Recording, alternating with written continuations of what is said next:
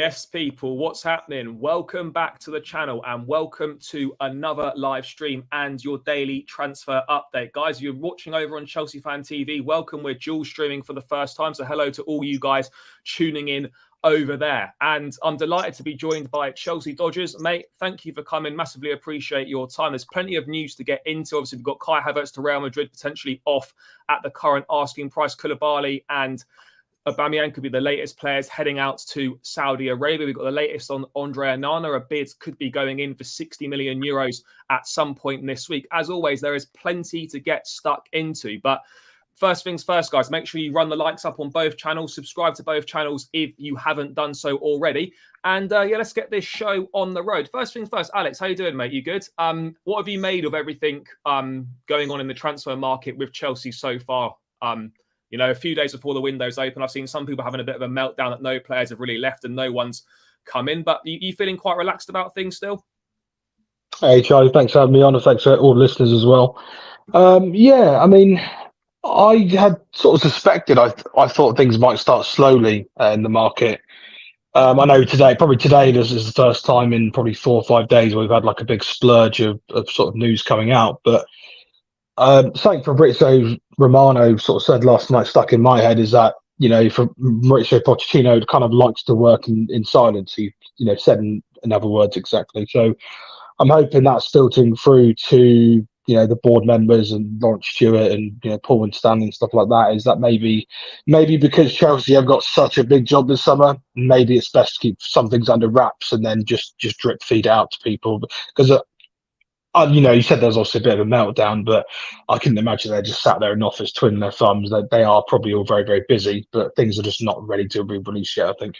Yeah, no, and I think it's a better way to go as well, because I feel like we've had recently, you know, a lot of leaks and a lot of things coming out about Chelsea transfers. I mean, the Ugarte one would seem to be updates coming left, right, and centre. And we've had it a lot in the past as well. So I think it's probably a better way to go about things. Yes, as fans, we quite enjoy all the regular updates, but I think I'd much rather just know when something's about to happen rather than, right, we've done this, and this, and then, oh, it all falls through kind of at the last minute sort of thing. But I mean, let's start with this first one, mate. I wanted to chat about Kai Havertz. Now, obviously, we know there's interest from Real Madrid. He's been at Chelsea for 3 years now. Got a couple, obviously, years left on his contract. It's not really worked out, to put it nicely. Yes, we'll be grateful for that goal at Porto, but he's massively under-delivered for the money that we paid for him and kind of the, you know, the reputation that he had as a player at Bayer Leverkusen.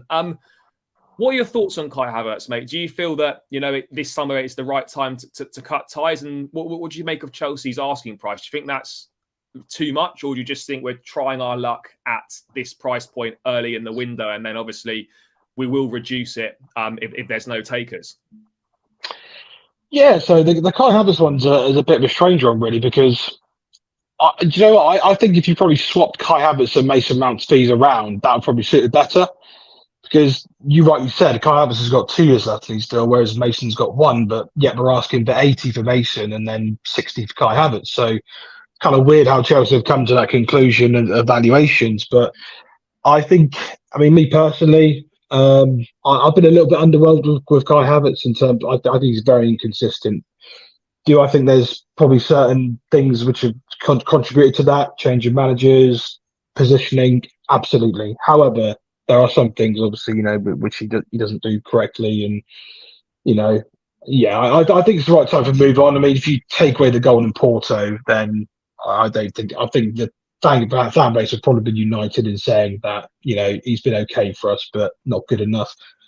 With 2 years left in his contract, probably the right time to cash in. You don't really want to leave him on another year. I'm getting the impression he probably doesn't want to be here anyway, but you know, we're going to run the risk of leaving him for another year. Then we'd be like another Mason Mount situation next year. So I think it's the right time to cash in.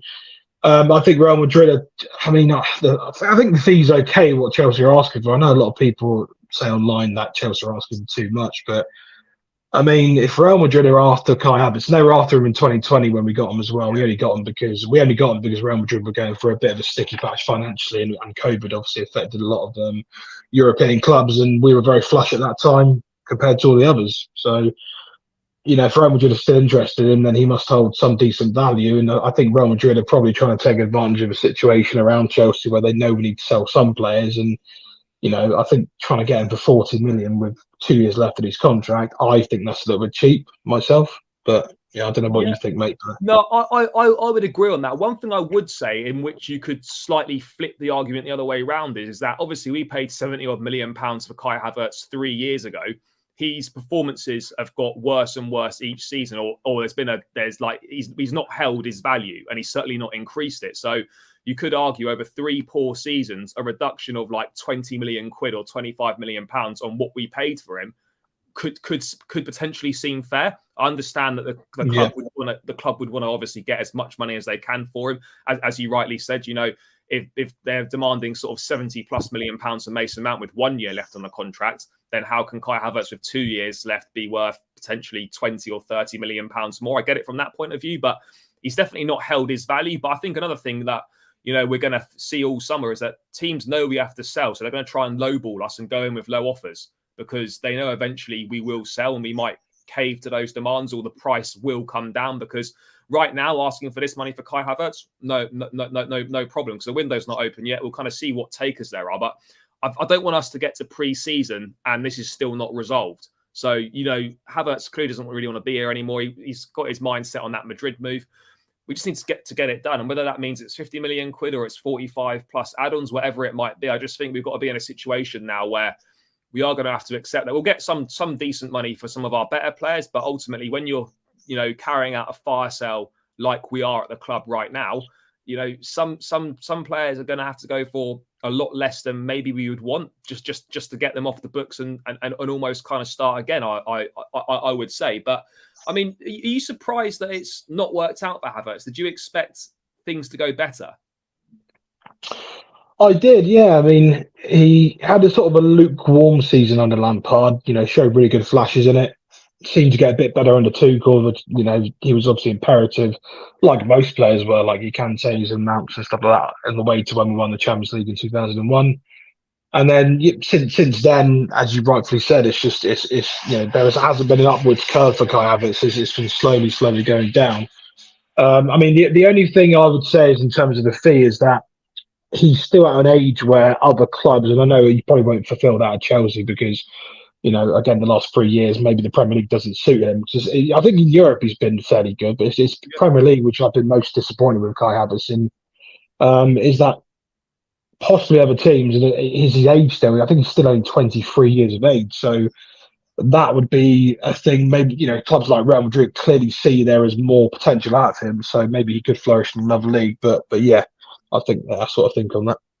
Do you think that it's like we're in a situation where with Havertz, like other players that have signed for Chelsea, like Timo Werner, like Morata, to give a couple of examples, where he just isn't suited to play in the Premier League. Like it just doesn't suit his attributes. It's just not for him. And it is weird how, because if you're a talented footballer, and let's make no mistakes about it, like people can have their opinions on Kai Havertz. I've been very critical of him during his time here because he's not been good enough. But let's not pretend that he's not a good footballer and he's not a talented lad, because he clearly is. If you only have to watch what he's done at Leverkusen to see kind of how good he really is and how good he can be. But it is strange how you get certain players that just don't seem right for the Premier League or don't seem right for Chelsea, and then they go elsewhere and they do really well. I mean, do you think the Premier League's just not for Havertz, or do you think actually it could just be it's just Chelsea that isn't right for Havertz? And if he went to an Arsenal potentially, which he has been linked with, but I can't see that happening. But do you think he would fare any better at Arsenal, for example?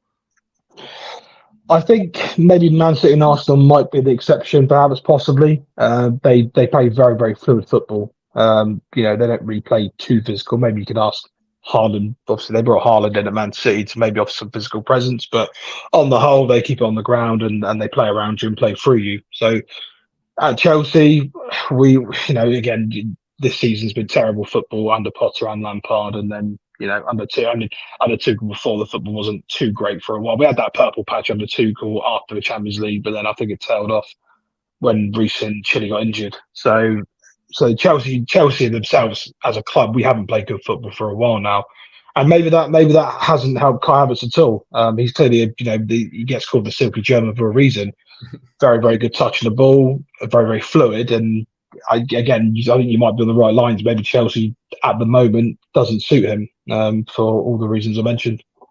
Yeah, no, I think I would agree. I mean, how would you? Is there any part of you that thinks there's a tiny part of me? I know it's time for him to move on, but there's a tiny part of me that thinks, I wonder what he'd be like under Pochettino if, for example, him and Christopher Nkunku were the two options at number 10.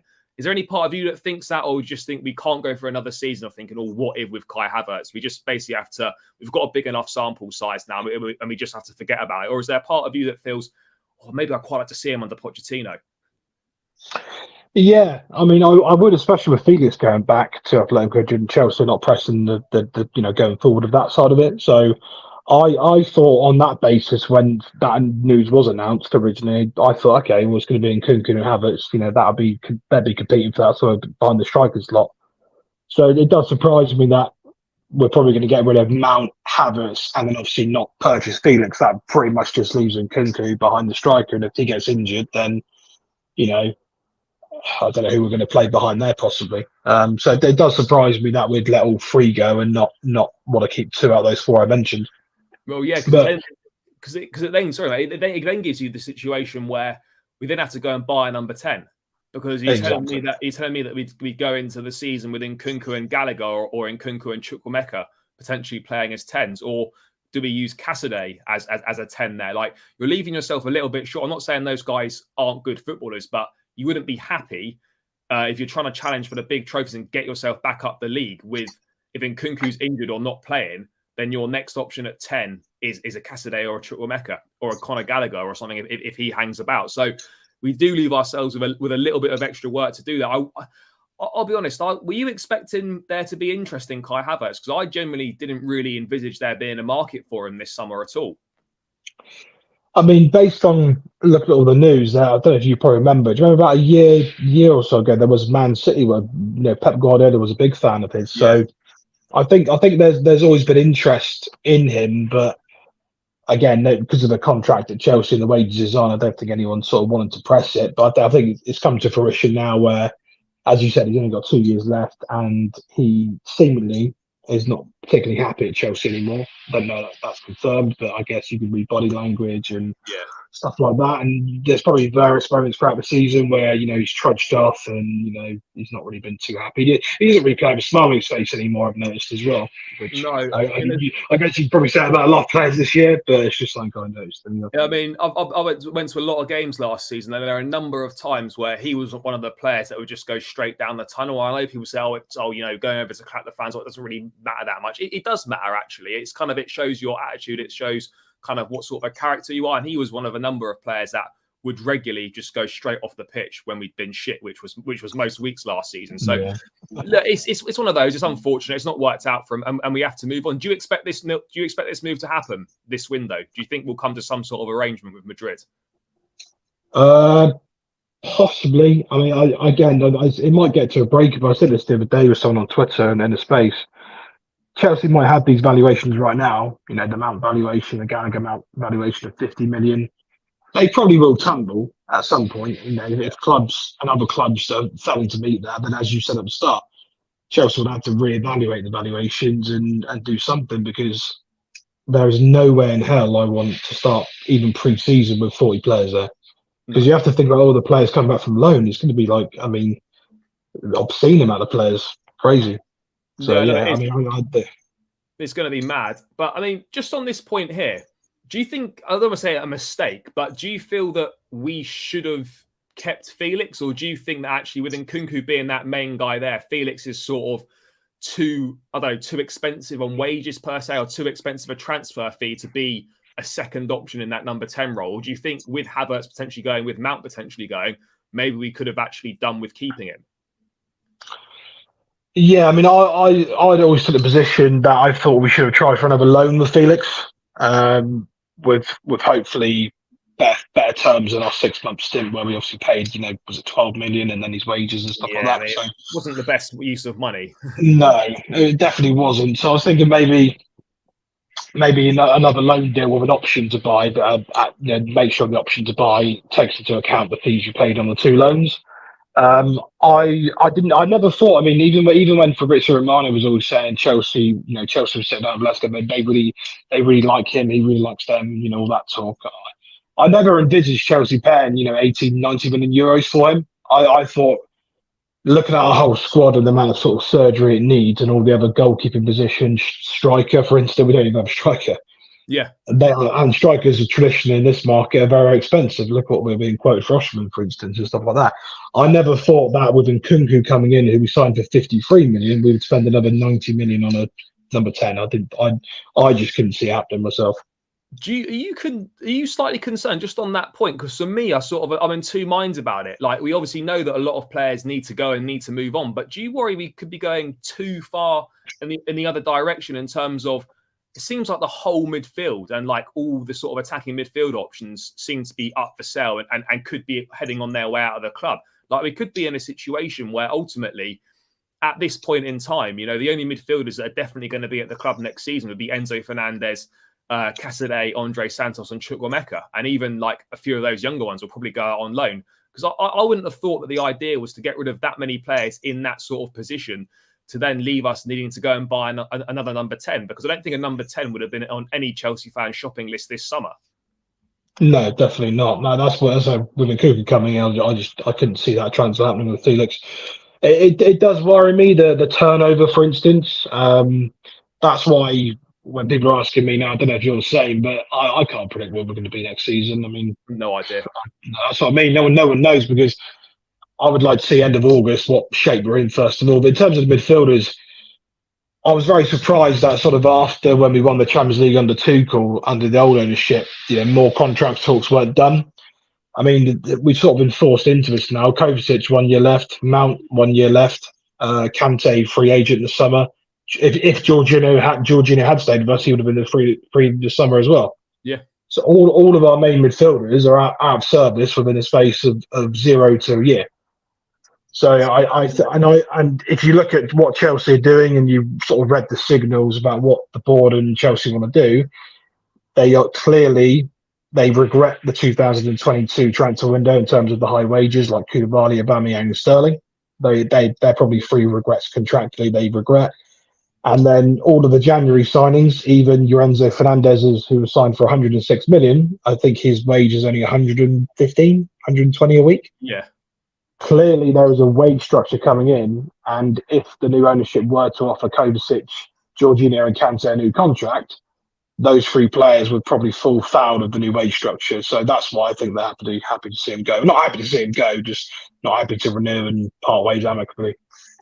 Yeah, no, I would agree on that. I mean, yeah, it is a tough one because, yes, you want to get players out the door, but then you also run the risk of, we need to get more in, but then you sort of worry a little bit. If we bring more in whilst hardly any have gone out, are we going to be able to get rid of the ones that we want to get rid of? I mean, I think it would be naive to think we can get rid of every single player we want to get rid of in this window, because that is a vast turnover of players. I mean, we've had the squad we started last season with was totally different to the squad we finished the season with. And I think the squad we're going to start next season with is going to be completely different again to the one that we finished last season with. So, I mean, I honestly, I can't remember a time, well, certainly at Chelsea, and maybe just in the Premier League in general, where there's been such a vast overturn of players in such a short space of time. I mean, in the space of a year, we're going to have virtually a completely different 25-man squad pretty much, which is, it is mad. And, it's the same things that people went on about. Oh, we need to give players time. We need to give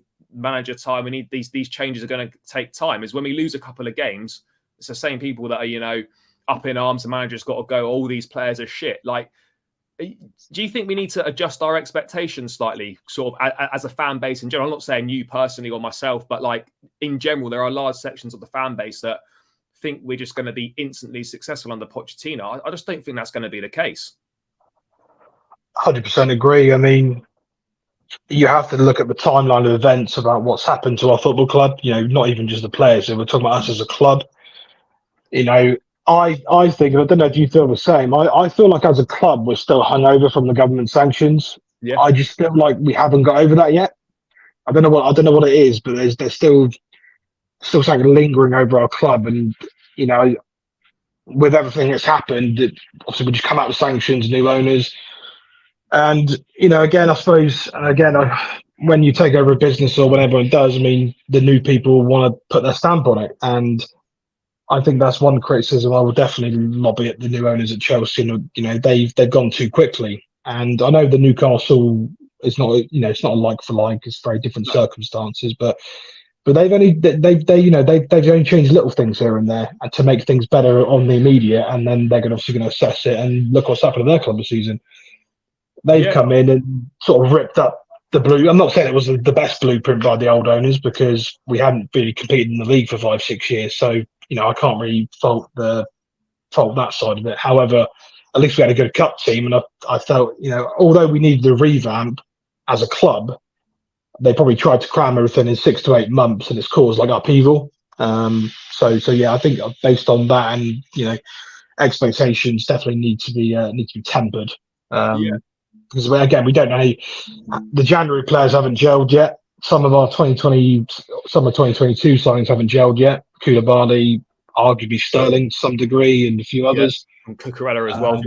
Oh yeah. Do you know what? I keep forgetting about Cucurella? It's not the first time I've actually forgotten about it. Someone had to remind me of him the other day. But yes, Cucurella, for instance, which is a very big investment, fairly decent wages as well. 6-year contract, is it? So. Yeah, massive. We've got long contracts, big wages for some players. They haven't gelled yet. Our 2020 Enzo Fernandez aside, and Badiashile, probably the rest of them need time to gel. And then I'd say if any new players we get this summer, they're going to have to gel with them as well. So, as you say, this end of the transfer window compared to starting the season under Tuchel, the start of this last summer just gone, it's going to be totally different. So. I'm hoping we can squeeze in the extra Champions League place. I think it's going to be 5 places for Champions League top 5. So I'm hoping we can squeeze in. Yeah, look, I think obviously once a week's going to massively help us with a lot more time on the training pitch, which is going to be helpful. But the Premier League's so competitive now that it's no given that we just march straight back up the table and finish in that top 5. I'd like to think we're good enough we're capable of doing it, but a lot of things would have to go right. And the recruitment has to be absolutely spot on this summer. We can't be making any more mistakes in the market. Because I agree with you. Actually, look, I think a lot of us were delighted with the recruitment last summer. Sterling, Cucurella, Fofana. I was not delighted with Aubameyang, but you know what I mean? On the whole, I think it was... Yeah, if you break it down individually, it's not bad. We were excited about the recruitment. Obviously, it's easy to look back now, but actually looking back, that recruitment, that window was quite poor. If we're being honest, like apart from Fofana, who's been injured for large parts of last season, most of those summer signings have been shocking, like this season. So yeah, we have to hope maybe they get a little bit better, but the recruitment has to be absolutely spot on. But I mean, moving away from Kai Havertz, mate, let's move. Let's stick with midfield. Pursuit of Moises Caicedo is one that is, it's ongoing. Chelsea desperate to get him. Arsenal are interested in him as well. Brighton are obviously keen on Levi Colwell also. How do you see this deal going for Caicedo? Do you think we have to get him? Because for me, I always maintain that it had to be one of Rice or Caicedo plus a Lavia or a Kone or whatever. So like a sort of a more proven midfielder with a slightly younger one to complement it. But would you agree? Now that it looks like we're not going to get Declan Rice, do you think we have to go all in for Caicedo? I think we do, to make a statement. Yes, I definitely agree on that one. I think he's also the perfect player for us as well, especially with Kante leaving as well. I'm not saying he's identical to Kante, but he would drive forward like Kante did as well. And I think unanimous. It's the only player I think in the fan base. I don't know if you've ever seen it, but I don't see anything on the timeline saying don't get Caicedo. I think most people are genuinely sort of united over that one. And clearly the recruitment had bought out as well because we are in for him. So it's one which the Chelsea management, the Chelsea recruitment team, and the Chelsea fans, we are all united in this pursuit of Caicedo. I think we probably will stump up the money for him. I think it will probably come down to a player decision. I think, depending on how, some reports say Arsenal can get Caicedo and Rice, and others say they're definitely in for Rice. They might go in for Caicedo afterwards. It might come down to player decision, or between the two. But yeah, I definitely hope we get him, especially with all the casualties. Like, Kovacic is going to go. Kante's apparently signed for obviously Saudi Arabian club. Jorginho left in January, so yeah, he would be a welcome addition. That one. No, he absolutely would be. As I say, I think he's. I mean, look, not very often do you get a player that Chelsea are linked with where pretty much everyone thinks, yeah, this is a great move. I think he's one of the standout players. Yes, you could argue that he's played less than 50 games for Brighton. About 18 months ago, whatever it was, he was a £4.5 million signing from somewhere in South America. So his rise has been massive. But I actually look at it and you think like a fee reportedly close to £80 million. Yes, that's a phenomenal amount of money, but I actually think that would be a really good deal because when you take into account his age, he's 21. He's got Premier League experience, which isn't, whilst not crucial, it is helpful. He already dominates the midfield. So he's got the potential to dominate the midfield for the next 10 years, and he's only going to get better.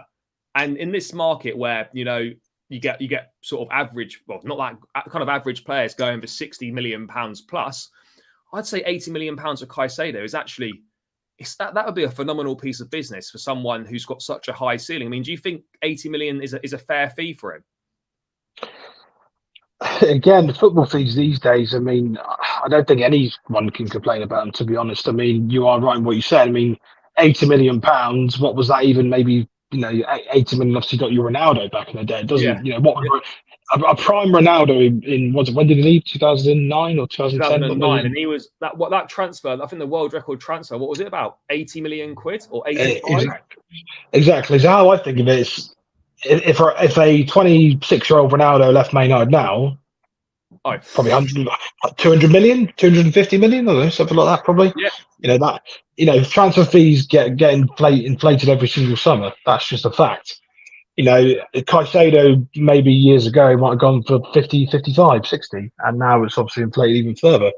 I mean, we paid 106 million for Enzo Fernandez, and he only had half a season at Benfica. So that's not. And he was at River Plate before that. So, I don't think it's anything out of the ordinary these days. I don't think anyone would bat an eyelid to it because transfers like that are just, especially for top midfielders, they're just bread and butter these days for top clubs.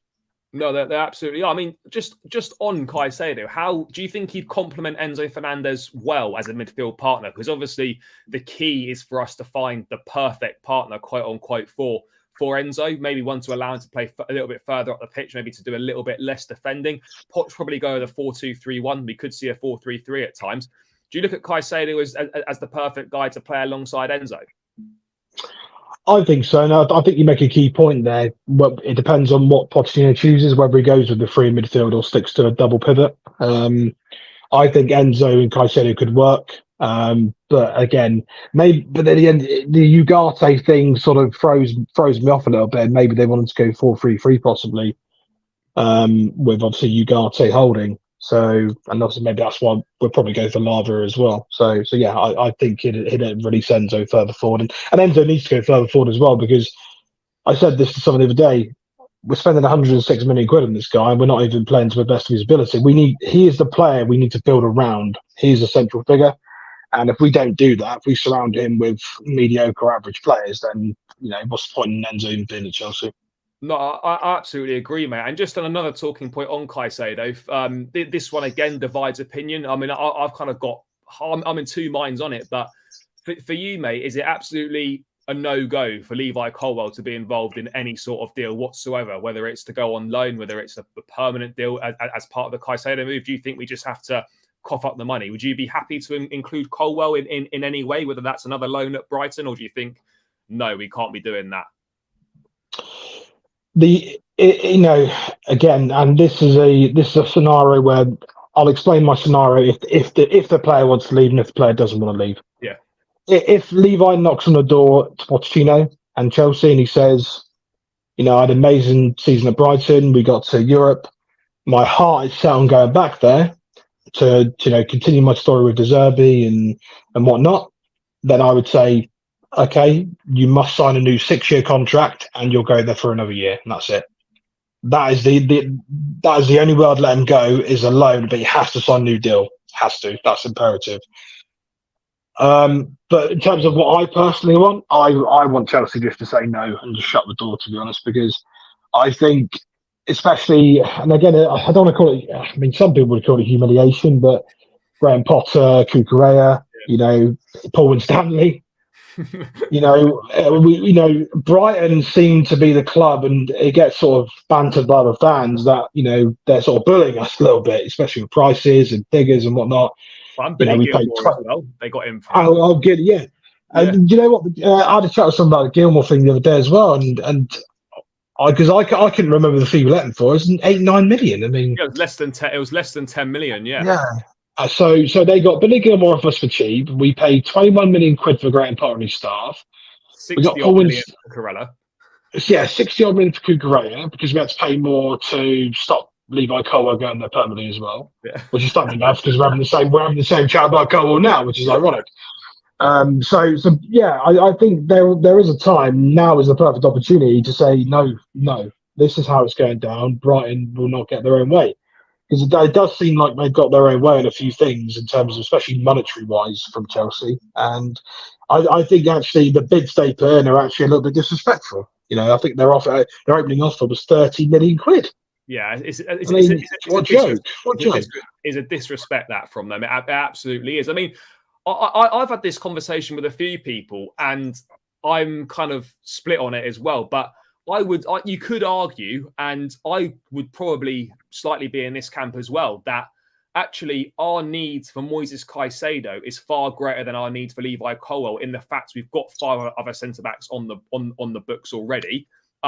This is more for a loan move potentially rather than a permanent. But you look at it, 6 centre backs, including Colwell, at the club next season. We're desperate for a midfielder. We don't need 6 centre backs, and I just look at it and feel that surely our need for Caicedo far outweighs our need for Levi Colwell next season. I mean, do you think that's a fair way of thinking? Because yes, yeah, I would because we are overstocked to 100% in that position.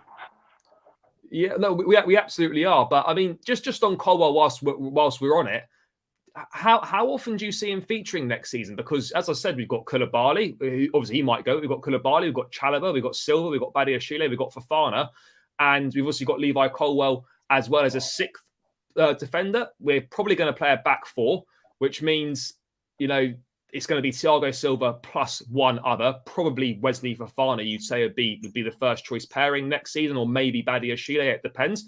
1 game a week. There's going to be very little rotation, particularly at centre back. You don't want to be switching your defensive partnership up too often. You want to build something solid. How often can you see Levi actually featuring next season? Well, that's the $1 million question, Charlie. Again, you are right. If Pochettino does play a back 4, which obviously is mainly his favourite position, then there's going to be 4 people unhappy. In terms of Thiago Silva, I can't. Although he's obviously got another deal he signed, I think it's a good chance to start phasing Silva out. Actually, as much as I love the bloke, we haven't got Champions League football next year, and we should prioritise our future. So that's why I was quite surprised. I mean, maybe there was some truth in him going back to Brazil, and then it's he's obviously come out and said, and his wife's come out and said that he's staying. But maybe underneath it there was some truth because maybe Pochettino will come in and he'll just say, look, I've got to prioritise these players, and same with Koulibaly and Chalobah as well. I think if good offers came in for those 2 this year, I think they'd be off. And then I think if that did happen, then Pochettino would have to choose between Badiashile or Colwell for the left centre back position. One of them's clearly not going to be too happy at playing little. Yeah. So it's a good. It's obviously we've got no European football, as you say, so we haven't really got too many games to play apart from the cups. Yeah, no, I agree. Just on playing with a back 4. How many centre backs do you think we need? We don't need 6, but do you think 5 is too many, or do you think you could actually get away with 4? I mean, I think I've heard some people saying, "Oh, we only need 4," but actually, if one gets injured, then you are in trouble a little bit. Do you think 5 is the right amount for a back 4 if you've got in terms of centre backs, or do you think you could get away with 4? I think you could get away with a back 4, but then Pochettino would have to do some tinkering with the positions because if we go to a back 5, then he might reach James and Cucurella can come in on the inside as well. And obviously we've got Malo Gusto and Chilwell as well. So I think we could probably survive with back four, but maybe formation-wise, we might have to go to back five possibly to incorporate it. But I think it's one of those situations. I think if Chelsea's got good offers for like Chalobah and Koulibaly, then I think that as a club would have to take him. But yeah, I mean, ideally you always want five. But again, given the no Europe option, we might be able to get away with it. Yeah, I reckon so. Just lastly on midfield, mate. Obviously, Caicedo, we're unanimously agreed on that we have to try and get him for a second midfielder, and I think the aim is to bring in two. Who are you liking the look of? Do you think a move for someone like Romeo Lavia is good? What do you think about the young boys at the club as well? The likes of Caicedo, who's obviously torn up the under-20s World Cup, looks like a really good goal-scoring midfielder, and also with Chukwuemeka. Let's start with another midfielder that might come in. Do you think Romeo a move for Lavia would make sense for Chelsea? Yeah, because I think if Chelsea are going to buy like a flagship midfielder, i.e. Caicedo at like 80 million odd, then it's obviously we're not going to get something of a similar. We're not going to bring in two players at 80 million, are we? We're going to have to find something in the 30 to 40 million region, which I think Romeo Lavia fits the bill on that one. Yeah. I think the Joe Shields plays a factor as well. I've heard obviously there's a lot of talk going beyond the scenes, and Joe Shields is sort of really pushing for it. So I would expect we'll make a room. Well, there was also reports came out from Bobby Vincent and Football London that we are in talks with Romeo Lavia. So yeah, I think based on the price range of our second midfielder we need, I think he'd fit the bill on that one. But Southampton 150. I think we hopefully be able to get that down a little bit. Yeah, I mean, I've seen things, and I've spoken to Ben Jacobs and stuff about this in terms of like Southampton want more than Man City's buyback option, which I think is £42 million. Again, you think relegation would take that fee down slightly, but I suppose you look at it, and he's 18 or 19 years of age. He's got some Premier League experience. He looks like a really good player.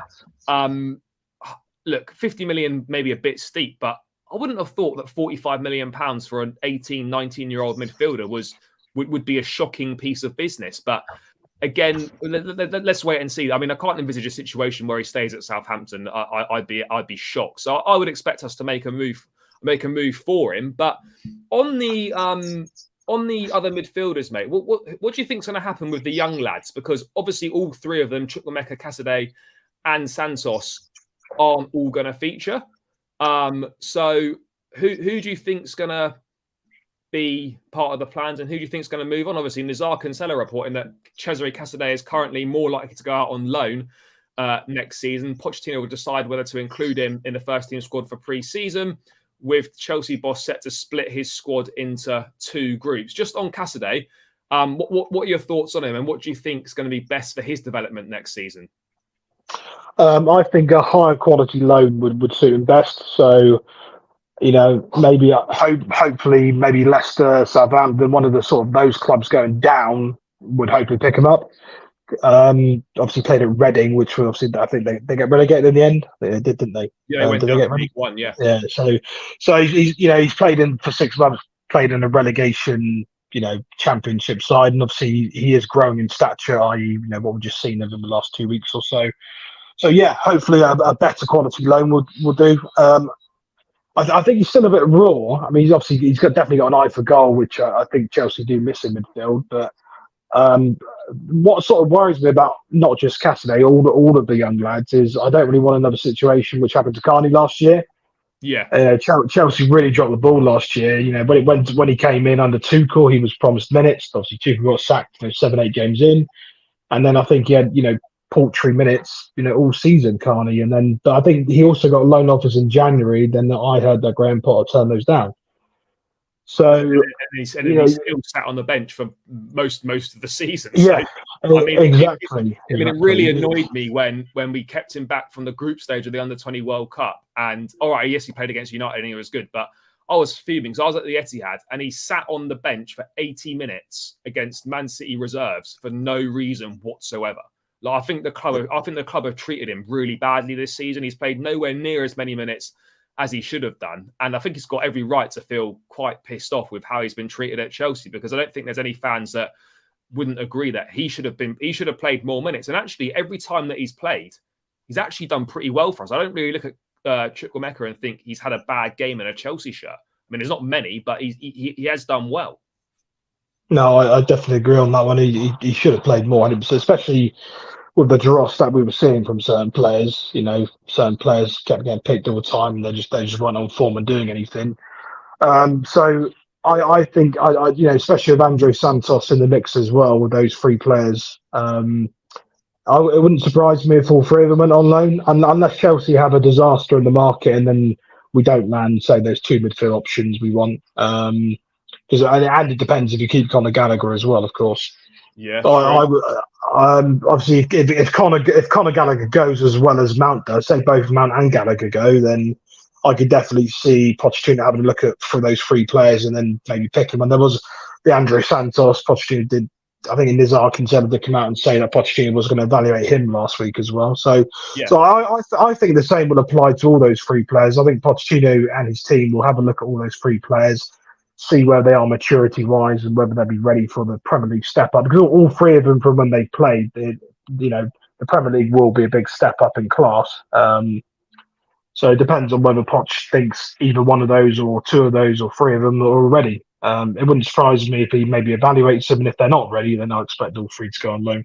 Yeah, I agree with you. I personally feel two of the three will definitely go on loan. I'm not really sure which two of the three it will be, but again, it depends. For me, it depends on if Conor Gallagher leaves, because at the moment it looks like Mount's going to leave. It looks like Kovacic is going. Kante's gone. Ruben's going to go as well. That's four midfielders cleared out there already. And then that literally leaves us with Enzo, Gallagher, who could also leave, plus the three young lads. That's not really cutting it for us right now. So, yeah, I think two will go out on loan. I think there will be. I think one of them could feature in the squad next season. But I think ultimately what's going to be best for their development is just going to go and play. Is going to go into play regular football at a high level. That's what they need. Yes, Caicedo looks really good in his age group, and yes, he had a good half a season on loan at Reading. But I think he just needs to go and play week in, week out. Whether it's another Championship loan like you suggested, whether we could get him a lower Premier League loan or somewhere in one of Europe's top 5 leagues, the same for Andre Santos as well, then I think that's definitely kind of the way to go. What are your thoughts on Andre Santos, just briefly, mate? You excited by him? Because I think Caicedo seems to get a lot of the plaudits by the fact that he scores a lot of goals. But do you think Santos is a decent player as well? From what people, obviously, again, I can't confess to watching too much of him, but I've certainly watched bits of him, and from reading the room on Twitter when he's in games and stuff like that, he seems to be hot and cold, which is not uncommon for a young player. They don't always turn in great performances because they are still learning their trade. Sometimes you see him, he's great. You read he's great, and other times he had a quiet game. I see, so which happened. So that's why for me, I mean, especially on all of those three players, I'm certainly tempering my expectation on, because I think as a fan base as well, we don't want to put too much pressure on all three of them, because you look at young players in the past who have not quite fulfilled their potential, the pressure can get too much. So I'd rather just let them develop naturally and just see what happens. And that's why, although if Carney does stay, there has to be a plan from him and Pochettino of where he's going to get his minutes from. Because all three of them, although we didn't buy them for that too expensive fee. I suppose for young players, they were big fees. Carney was 10 to 20 million, Caicedo was 16 million, and then Andre Santos was 15 million. Yeah. So a lot of money's been invested in them, and it'd be a shame if we wasted it. So I think if any of them did stay, then that. I'm not saying any player should get a guaranteed minutes, because you do have to work for it. But clearly, with young players, them rotting on the bench is just not it. It's not going to develop them, and it's not going to help us as a club in the future. So yeah, I do agree. Let me just get to a couple of these things in the chat. Let's get to this super chat here. Massively appreciated. Top Dog Rig, appreciate that a lot. In my opinion, not only will Colwell play an important role for us next season, but will form part of the British core that Poch will apparently build the team around for the next 10 years. I mean, I don't know if Poch will be here for 10 years, but yeah, no way should we sell. No, look, I agree. I think, just quickly, mate, just back to this very briefly. What sort of a message do you think it would send to the academy and the players coming through if someone like Colwell, who's thought of very much in the same breadth as John Terry in terms of coming up through the academy. What sort of a message do you think that would send to the academy about players making it into the first team if there can't be a pathway found for someone like Colwell? Yeah, so I mean, I think it's too early to judge yet what the new owners want to do with the academy. Obviously, we know what Mourinho and Roman did and how they sort of ran the academy model. They were quite happy, obviously, making a profit on players and selling them like Tomori and Abraham and stuff like that. So we know what they wanted to do. So it'd be interesting to see how it pans out and what actually they want to do with it. Do they want? I mean, obviously Lewis Hall's an example. Obviously, we're reading a lot of reports that Pochettino is pretty impressed by him, and he's going to be part of the team next year as well instead of going on loan. So yeah, in terms of a message it sends, it's tricky, really. I mean, I'm a realist. I don't think not every academy player can make it. Some will have to be sold on, like Livermentos and the two others I just mentioned as well. I don't think it sends too much of a bad message because I think if you look outside of Chelsea, other academy players, like Luciano, for instance, there's a lot of success stories from academy players at Chelsea outside of Chelsea. Tomori, Abraham. There's a few. Mark Gahey as well at Palace. Yeah, there's a lot of guys. Yeah. So just because you don't make it at Chelsea doesn't mean your career is going to be over. If they do perform well outside of Chelsea, there was, I know time for Abraham form's gone a little bit off now, but there was a point a year and a half ago where Chelsea and a few other fans were like, oh, why do we sell him? Probably wouldn't be saying that now because he hasn't had the greatest of seasons, but there was a once at a time. Same with Tomori, won the league at AC Milan. So I think if players work hard and show their worth, I mean, if they don't make it at Chelsea, they will make it elsewhere if they've got the quality. So, I don't think anyone should read too much into that because not every player makes it at Chelsea. That's just how it goes. Yeah, no, I agree. Now, once again, thank you for the donation, mate. Slightly conscious of time, I just really want to get your thoughts on the goalkeeping situation. Now, obviously, it looks like they're going to get a new goalkeeper. Andre Onana and Mike Maignan, the two Milan keepers, seem to be the two main targets. Maignan is going to be obviously more difficult to get than Andre Onana is. But according to this report from Matt Law, that Chelsea have identified Onana and Maignan as top choices for new goalkeeper, but the prospect of Kepa being number one next season is not ruled out if the prices for other targets are deemed too high. Inter value Onana around 50 million. Chelsea could be willing to offer Koulibaly, and they're also interested in Lautaro Martinez. Just on this goalkeeping situation, for you, is it absolutely a massive no-no for Kepa to start next season as number one? Yes, I think that applies. For me, that applies to Kepa and Mendy. Yeah. I just think, again, that we've gone past the stage now. Obviously, Mendy's not going to agree a new contract anyway. So similar to Kai Havertz, if both of them are not going to sign deals or Chelsea offer them new deals, then they're going to have to go anyway to protect their value. Kepa, I can see Kepa staying because, I mean, we tried to get rid of him for the last 2 or 3 transfer windows, I think, and no one wants to pay his wages, which is fair enough. They're stupidly high. Yeah, so he's got 2 years left on his deal at Chelsea. So I think he'll probably be at Chelsea next year, unless he suddenly has a brainwave and thinks I've got half my wages if I want to play regularly elsewhere. Maybe he might think that next summer up and not playing very much. But for me personally, it would be a red flag if we started with Kepa or Mendy as number one in August.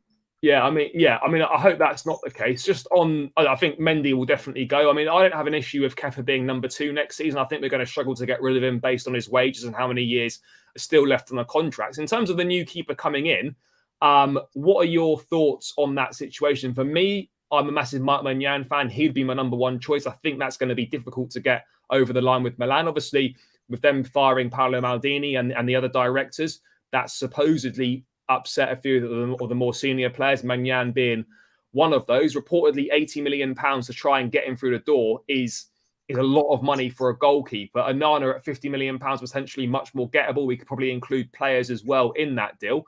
I like Onana, superb with his feet. He's had a really good season with Inter Milan, a good age at 27. What's your thoughts on the goalkeeping situation? You be happy with either one of those? Yeah, either one I'd be content with. Obviously, especially Mike as well. I think you're right though. I think the Maignan transfer is a little bit too far out of our reach, especially price wise. I think the only way you can see that happening is if the player really kicks off and demands to leave or whatever, and goes down that route. But it remains to be seen whether the player will do that. And then I think Onana.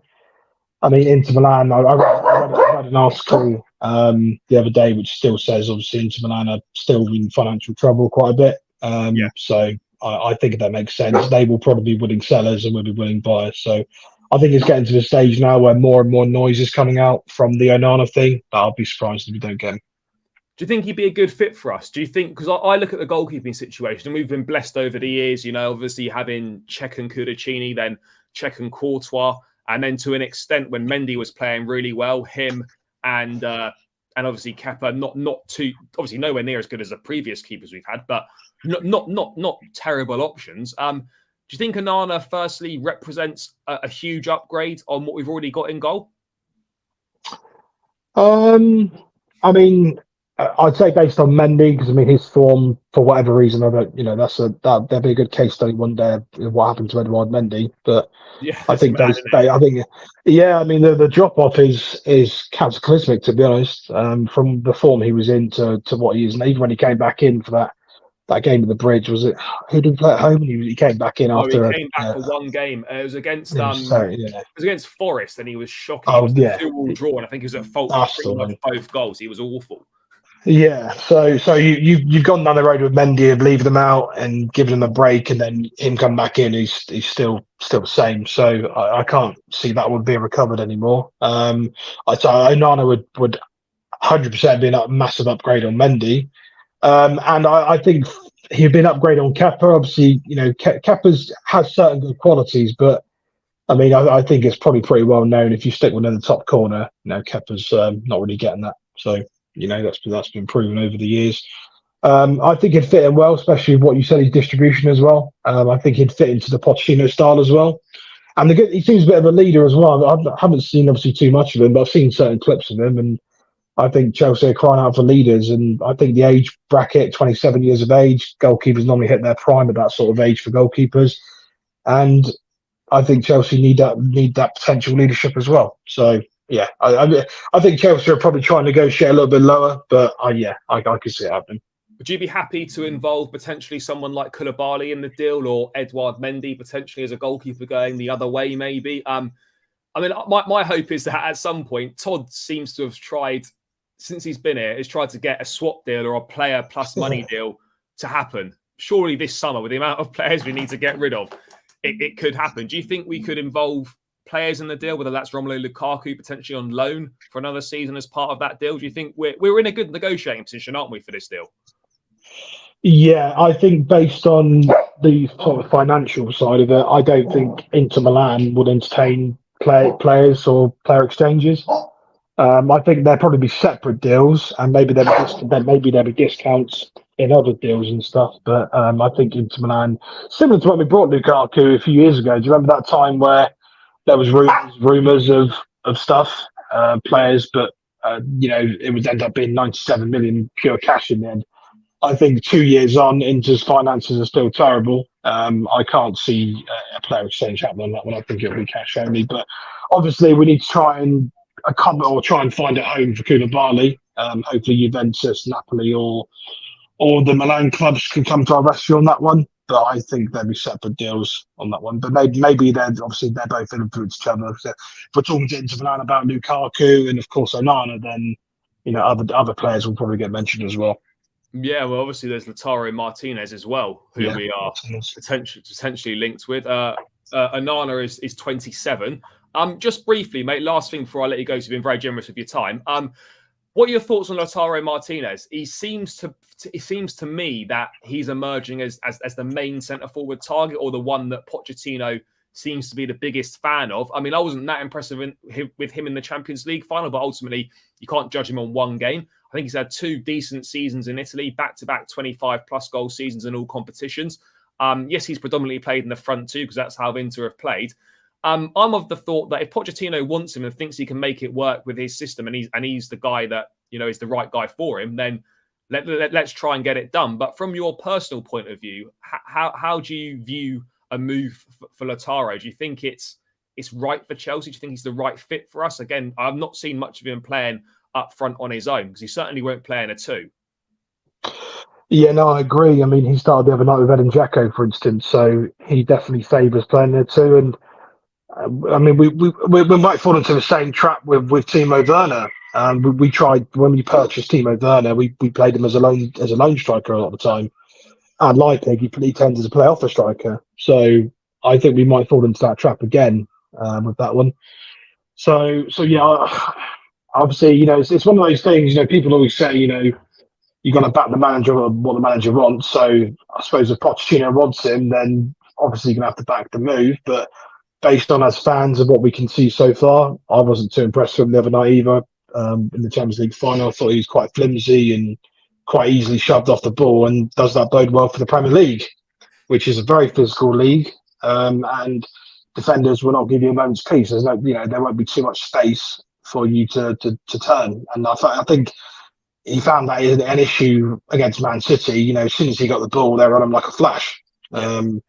So I'm not sure if he would be totally suited to the Premier League, especially if we don't even play him in the two up front, which it looks like we probably won't. Yeah, I would agree. I mean, who for you, mate? Just last thing, who would you like to come in as centre forward? Because it's a massive position that we need to fill. It's not a position that we've had great success in over the years. A lot of high-profile players have just massively flopped as soon as they get to Chelsea and put that number 9 shirt on or play centre forward for the club. The striker market for me is not that good this summer. I mean, my personal preference would have been Ivan Toney. I think it would have been perfect for us, but that's not going to happen for obvious reasons.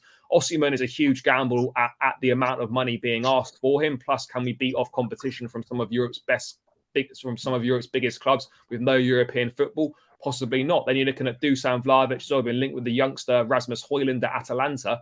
You know, there's not a great deal of really good options out there. Who would your personal preference be?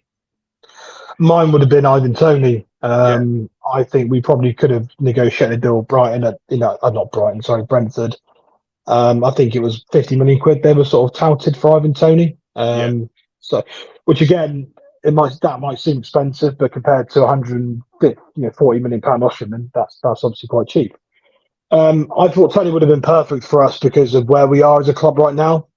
Clearly, and I know some people might, you know, get on my case of it. Clearly, we're not in a position to challenge for the Premier League title. I mean, I'm quite comfortable in saying that. I think, especially squad wise, and you know, it's not really a stable club at the moment in terms of on the pitch and stuff like that.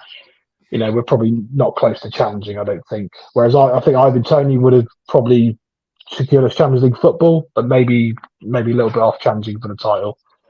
And you are right.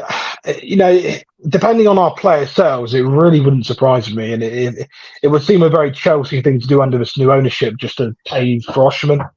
Yeah, it just seems depending on the sales, if Chelsea sell 150, 200, or 250 million quid's worth of talent, then it would not surprise me if we go after Osimhen, or try to anyway.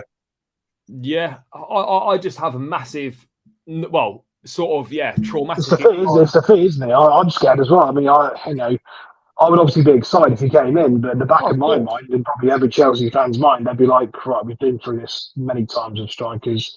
And, you know, say if Osimhen came in, he went on like a 6-game without a goal, you know, I can imagine the chaos which would erupt. Well, mate, you got people getting on Haaland's back because he hadn't scored, because he'd scored 1 goal in his last 7 games or something. Like, imagine, you can just see it now. We spend 120 million on Osimhen, isn't scored for 4 or 5 games, and everyone's just hammering it. It's I don't know. Look, don't get me wrong, I'd be really excited by it, but part of me almost feels that actually we'd almost be better for me moving away from spending huge money on strikers and maybe spending a little bit less money on perhaps the next rung down, whether that's a Vlahovic or a Martinez or whoever it may be. I like Kolo Muani, but there's no way we're going to pay 100 million euros to Frankfurt for him. You might as well spend an extra 20 million euros and get Osimhen if you can. But maybe we're better off going down a slightly different route and looking at players that maybe aren't going to cost as much, don't have as big a reputation, because you always get this thing where people moan that we never find players. You know, we always let other clubs find them and then pay double and then pay them like 3 or 4 times what they bought them for a few years later. And then when we try and do that, you get people moaning, why aren't we going for the big players? Like we can't have it both ways. I think we could benefit potentially from going for someone slightly lesser, maybe a Jonathan David or Kolo Muani if we could get him for cheaper. But we'll have to wait and see what happens on that. And just very quickly, mate, last thing, what are your thoughts on Armando Broja for next season? Because I think he's going to have a reasonable, quite a sizable role to play. Yeah, so it's a bit of an interesting one with Broja, because I certainly felt last summer Chelsea probably couldn't afford to let him go because we didn't have no one apart from Aubameyang deadline day. We were quite dead in that department again. But I always certainly thought I live in the south of England, right? And I live near Southampton. I got quite a few friends who are Southampton fans. Yeah. And he was they were singing Broja's praises till about January time. You know, they were like, oh my god, this guy's unreal. August to December, January, he was brilliant. And after the Christmas January bit, he was getting hauled off at half time by the manager at the time. I can't remember who the manager was. It was one before Nathan Jones. Yeah, that's the one. Yeah, so he was getting hauled off quite regularly, and when I think the second half of the season didn't go quite as the plan for Broja. But obviously, he had a very good start to the season.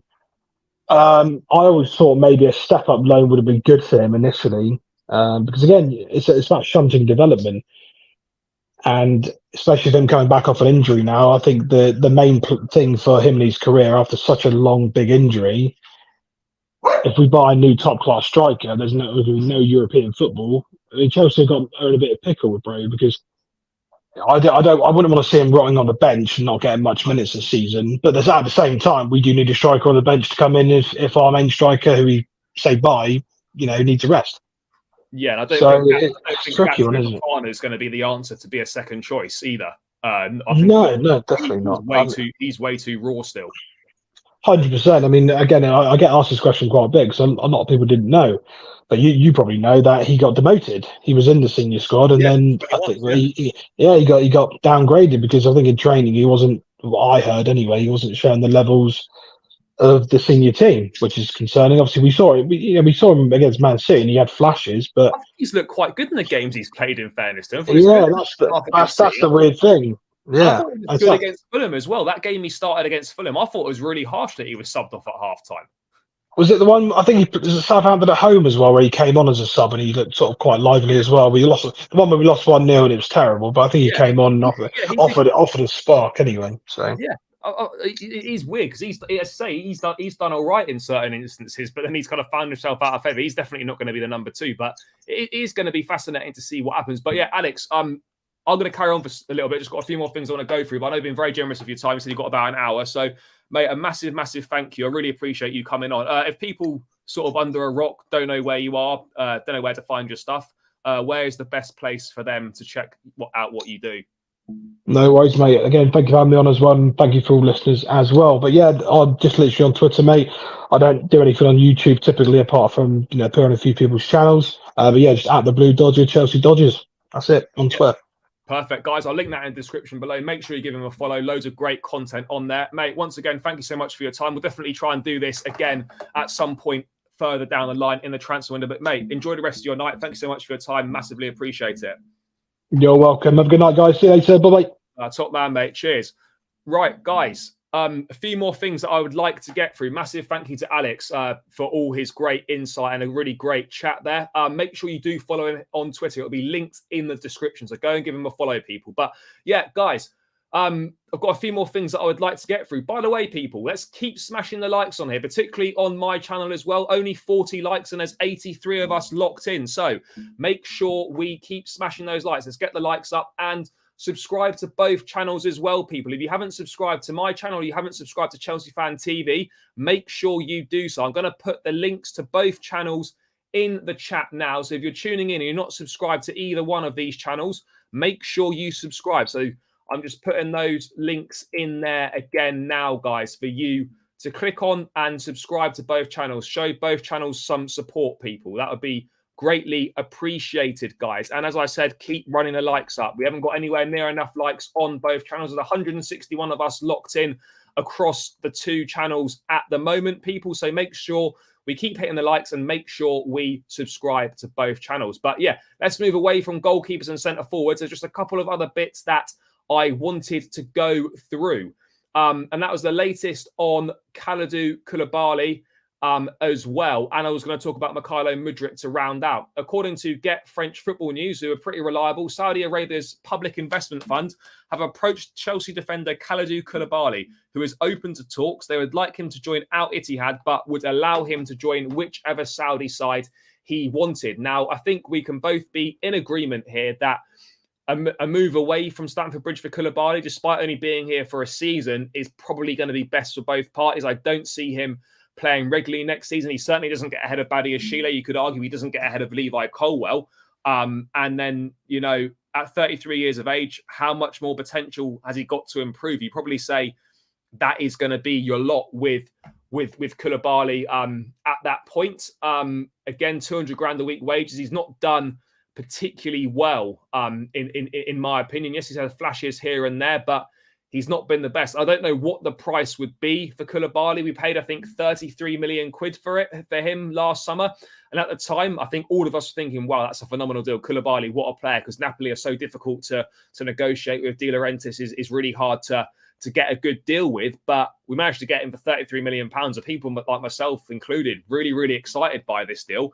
And then you get to it, and it was like, he's not really worked out so far. And yes, it's only a season, but you look at it at his age at 33, as I said, he's not really going to get any better. That's kind of your lot with Koulibaly. He's on those 200 grand a week, 200 grand a week wages. So yeah, I think it's best if we can get some sort of a deal to move on. I think he can still do a job somewhere in Europe. No two ways about it. I mean, ultimately, this Saudi Arabia are doing a madness right now. And I think this is very different from the Chinese Super League, because not many players are saying no to Saudi. Obviously, agents are looking at it as a massive payday. But, you know, if we could get 30 million or 20 million quid for Koulibaly, somewhere between 20 and 30, then I think that would be a very good deal. I think it would be a shame for him to go to Saudi at that age, where I still think he's got a lot to offer the game. But ultimately, at Chelsea, I just can't really see that happening. But guys in the chat, let me know your thoughts. Do you think getting rid of Koulibaly is a good thing to do? How do you feel about him moving out to Saudi Arabia? Yes, he's a Muslim. Obviously, it's a Muslim country. That sort of thing is going to be appealing. Of course, he's made more than enough money in his career, but the financial side of things is always going to be appealing as well. Let me know your thoughts in the chat. A lot more of us are on here today. Last night, yeah, it was a little bit silent. I think it's because it was a Sunday night. It was a weekend and the weather was really good, but we have started the week with a bang. Loads of us in here, which is really good to see. I really enjoy interacting with you. Also, please make sure you all keep getting involved in the chat, people. What have we got here? Would that mean we will get a price for Koulibaly? Yeah, no, he absolutely would, because he only signed a 5-year contract last summer at the club. So we'd absolutely get a price for him. I don't know what that price would be, but yeah, we would get a fee for him. Agreed that Chelsea should sell him. No two ways about it. What do you think about my Havertz comment earlier? I've got to be honest, mate. I can't remember what that Havertz comment was. So if you want to put it in again, we can discuss it. Yeah, I know, mate. I was loving that little clip as well. They put out on socials where they had Koulibaly phoning JT, asking him for the 26, and he gets the blessing for the 26, and then he doesn't really live up to what the 26 shirt has done in the past, which is a shame. But I think ultimately it is time to move on. Chinese Super League is very dead. I'm Chinese and they're all terrible. The Chinese Super League has died now. Like, I think the Chinese Super League was great in principle in terms of, look, they had all this money to throw at it. A lot of players went, but ultimately that was not, it wasn't maintainable. Whereas look at the Saudi Arabian thing, and I think, do you know what? This is legit, because they've got the money to maintain it. When the Saudis set their sight on doing something, they do it, and they don't stop until they get it. So I'm not saying that the Saudi League is suddenly become a top 5 or a top 6 league, but they're going to get good players. And at the moment, no players are saying no. Yes, it's more players towards the end of their careers, but they're attracting some mega stars, a lot bigger stars than the Chinese Super League managed to do. So yeah, the Saudi League is potentially a little bit of a worry. But yeah, look, I think Aubameyang's going to go there more than likely. I think obviously Koulibaly is going to have an offer from there as well. So let's kind of wait and see what happens on that front, people. He's only going to get cheaper. May as well cash in on him now. Yeah, agreed. His value will just go down over time. It's a shame that Madrid don't want Havertz anymore, but I feel we should put Havertz like an 8 and Enzo as a box-to-box alongside him. I don't think Kai Havertz has got this has got it in him to be a number 8. I just don't think so. It's yet another position to put him in. So yeah, I don't agree on that front, unfortunately. Whilst we've got here, if we get rid of a centre back, definitely has to be Kalidou. Out of him, Colwell and Chalobah, it's a no-brainer. Absolutely agree on that front. I think it will be best for all involved if Koulibaly goes to the Saudi League. Absolutely. He's on about I think it's actually 200k a week, roughly. But yeah, it's big money either way. Take 15 to 20 and get him off the wage bill. We could possibly save 100 million next year on wages. Absolutely a very, very fair point there.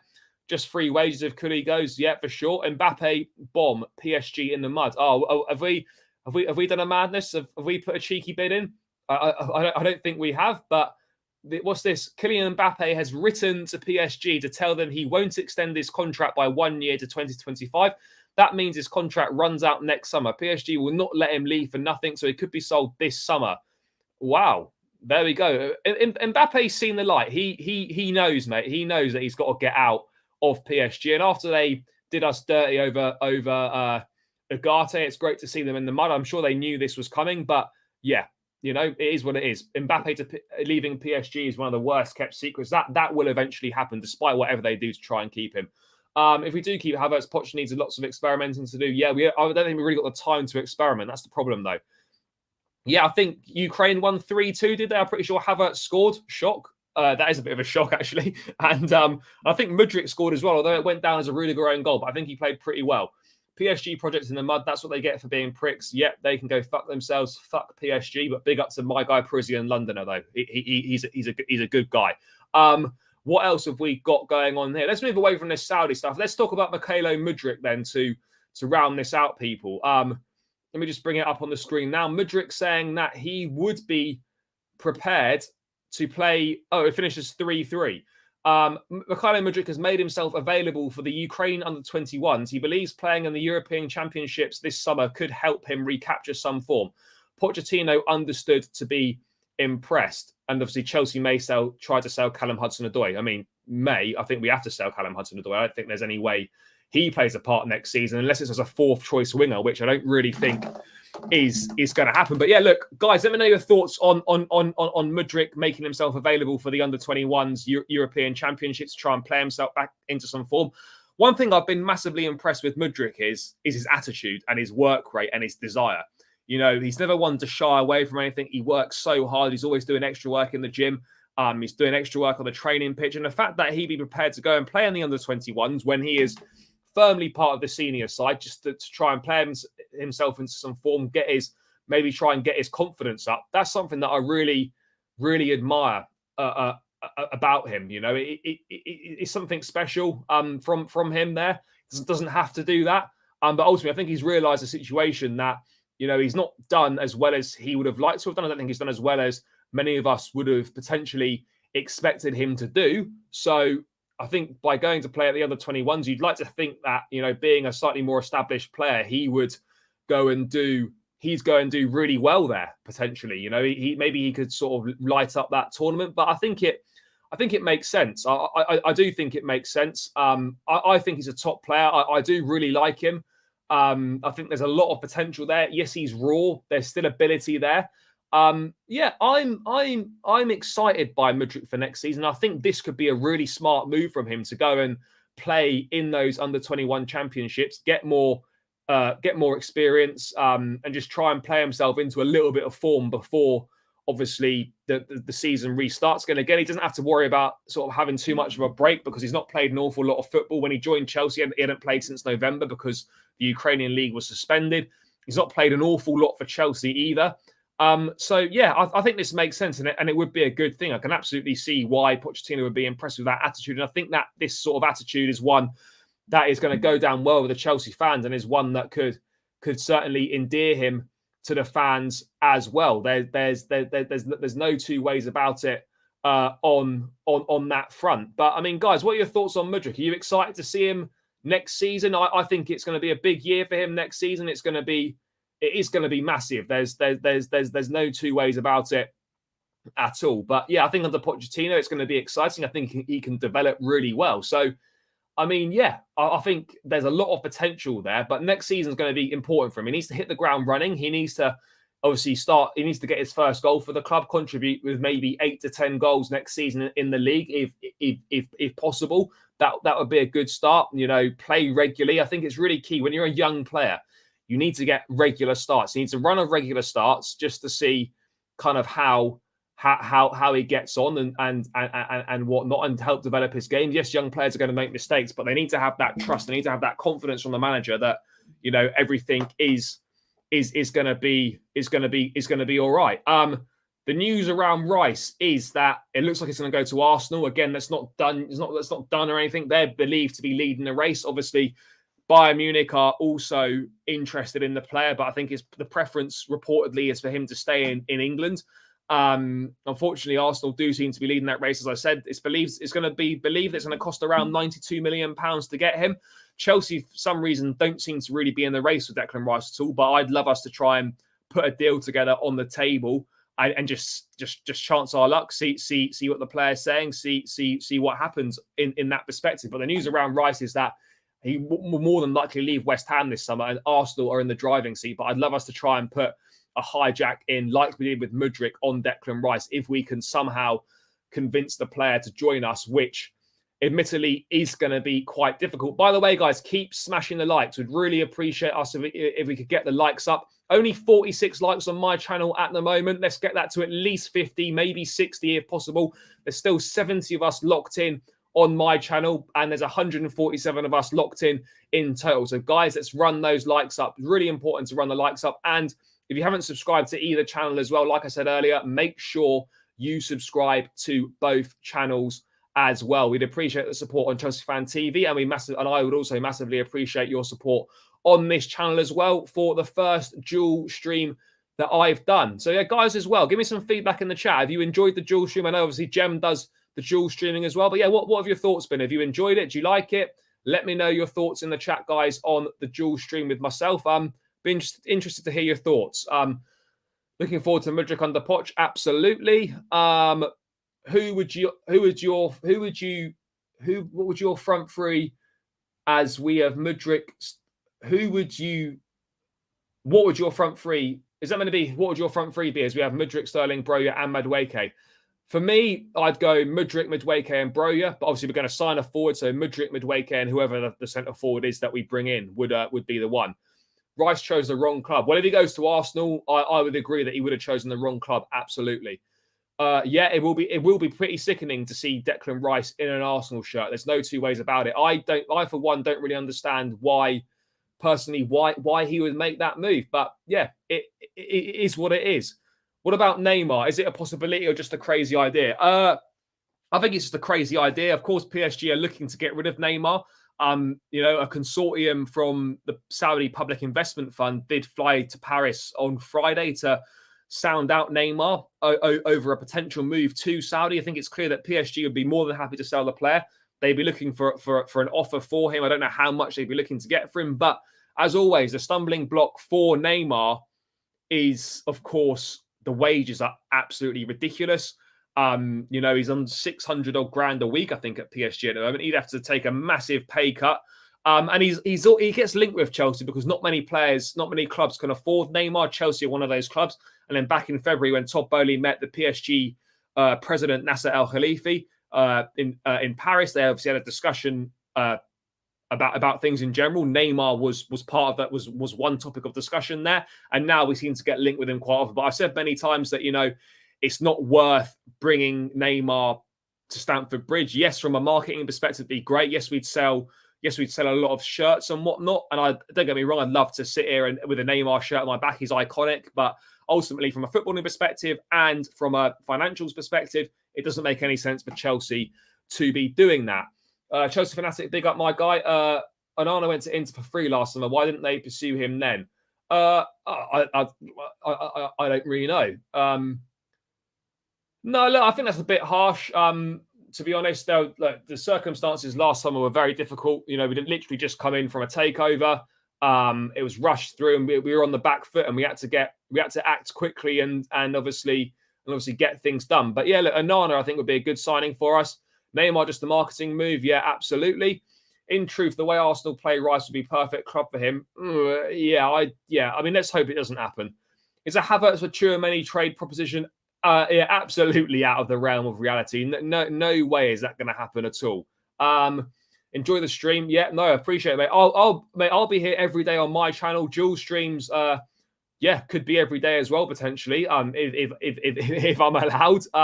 But yeah, of course, you guys from Chelsea Fan TV will know me, obviously, from last season, regularly appearing there. I'll be keeping you guys, obviously, up to date with transfer news throughout the summer and other bits and bobs as well. The CFTV podcast as well, and regular videos over on Chelsea Fan TV. So I'm sure a lot of you guys know who I am, but yeah, it's probably the first time you've seen me speak in a lot of detail. So I do massively appreciate all of your support over on Chelsea Fan TV. If Rice went to United or Bayern, understand, but thinking Arsenal will be more because of one season is crazy, but I'm not bothered. Look, I would be bothered. Ultimately, I think Rice would be making the wrong decision. Yes, there's going to be some bias in my opinion because I'm a Chelsea fan, but ultimately, I can't see how Arsenal are more attractive than Chelsea over the next 2 to 3 years. Yes, they've got Champions League football next season, but you telling me that Arsenal are going to regularly win the big trophies and regularly finish in the Champions League places more often than Chelsea over the next 3 or 4 years? I would have to say not. I feel before we sign a DM, we should try Andre Santos and Caicedo in pre-season. Yeah, no, that's what we're absolutely going to do. All those youngsters will get looked at. Neymar to Chelsea makes no sense and shouldn't happen. Same with Ronaldo. Links just does not make sense. Agreed? No, thank you for tuning in, my guy. Appreciate it. People, I think this could potentially be a good place to start to round this one out. Guys, final call. Let's get the likes up. Let's get this to at least 50 likes on my channel, maybe even 60 likes if we can. And let's keep smashing the likes over on Chelsea Fan TV. Guys, I'm going to put the links to both channels in the chat for the final time. Please make sure you go and subscribe to Chelsea Fan TV and you subscribe to my personal channel, Blue Brother, as well. I'm on the road to 4,000 subscribers, looking to get there before the start of the season. The links for both channels are now in the chat, so make sure you go and subscribe to both channels. Also, guys, make sure you smash the likes on your way out. Thank you so much for all of your support. Thank you for tuning in tonight. A massive thanks to the Chelsea Dodger for joining us. A massive thanks for all the support from you guys over on Chelsea Fan TV. From the guys that regularly watch my channel, thank you for tuning in. As always, I'll be back again tomorrow with another daily transfer update, guys. But as I said, until then, smash the likes on the way out. Subscribe to the channels as well. And I will catch you guys tomorrow night. Enjoy the rest of your evening. Take care and up the Chelsea. Peace out, people.